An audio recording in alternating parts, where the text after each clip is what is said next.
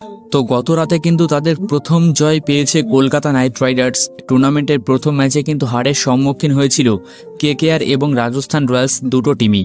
আর এই দুটো টিমই কিন্তু গত রাতে ফেস টু ফেস হয় এবং শেষ পর্যন্ত ম্যাচে হাসি কিন্তু হাসে শাহরুখ খানের ছেলেরা, মিন্স কলকাতা নাইট রাইডার্স। দুর্ধর্ষ পারফরমেন্স দিয়ে তারা তাদের টুর্নামেন্টের প্রথম ম্যাচটা কিন্তু জিতে নিয়েছে এবং এখান থেকেই তারা উইনিং মোমেন্টামটা ক্যারি করার চেষ্টা করবে। লম্বা টুর্নামেন্ট, একটা ম্যাচ জিতে এই মোমেন্টামটাই কিন্তু ক্যারি করার চেষ্টা করবে কেকেআর। সেখানে গত রাতে একটুর জন্য সেঞ্চুরি মিস করেছে কুইন্টন ডিকক, যে কিনা তার এক্সপিরিয়েন্সটাকে কাজে লাগিয়েছে। এখানেই খেলেছে কেকেআর গেম, মেন গেমটা এখানেই খেলেছে যে কুইন্টন ডিকককে তারা ব্যাক করেছে এবং তার এক্সপিরিয়েন্সটা কাজে লাগিয়েছে এবং 61 বলে 97 রানের নট আউট দুর্ধর্ষ ইনিংস খেলে কলকাতা নাইট রাইডার্স কিন্তু প্রথম জয়টা এনে দিয়েছে কুইন্টন ডিকক। দুর্দান্ত খেলেছে, তাকে যোগ্য সংকেত দিয়েছে অঙ্কুশ রঘুবংশী, 17 বলে কিন্তু 22 করে গেছে। আর গতরাতে ছিল না সুনীল নারিন, তার পরিবর্তে খেলেছিল কিন্তু মোয়েন আলী।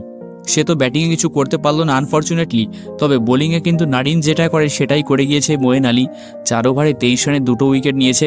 বরুণ চক্রবর্তীও 4 ওভার 17 রানে 2টো উইকেট নিয়েছে এবং হার্ষিতও 2টো নিয়েছে, বৈভবও 2টো নিয়েছে, স্পেন্সার জনসন 1টি নিয়েছে।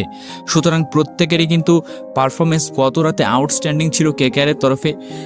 পরপর 2টো ম্যাচ হেরে কিন্তু এখন বলতে গেলে অনেকটাই ব্যাকফুটে চলে গেছে রাজস্থান রয়্যালস। তাদের জন্য কিন্তু টুর্নামেন্টটা কঠিন হতে যাচ্ছে আস্তে আস্তে।